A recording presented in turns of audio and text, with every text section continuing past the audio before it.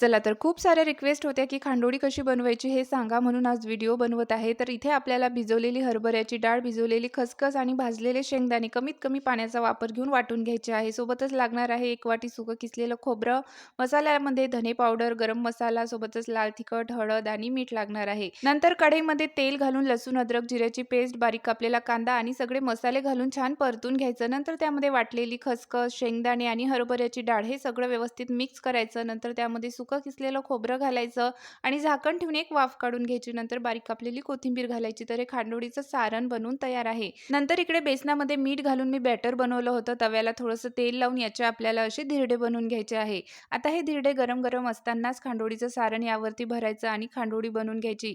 धिरडे थंड झाल्यानंतर हे सारण यामध्ये व्यवस्थित राहत नाही म्हणून गरम असतानाच ही खांडोळी अशी बनवायची. तर इथे खांडोळी बनवून तयार आहे. तर रशामध्ये नाही सोडायची, जेवताना ताटामध्ये घ्यायची. नक्की बनवून बघा.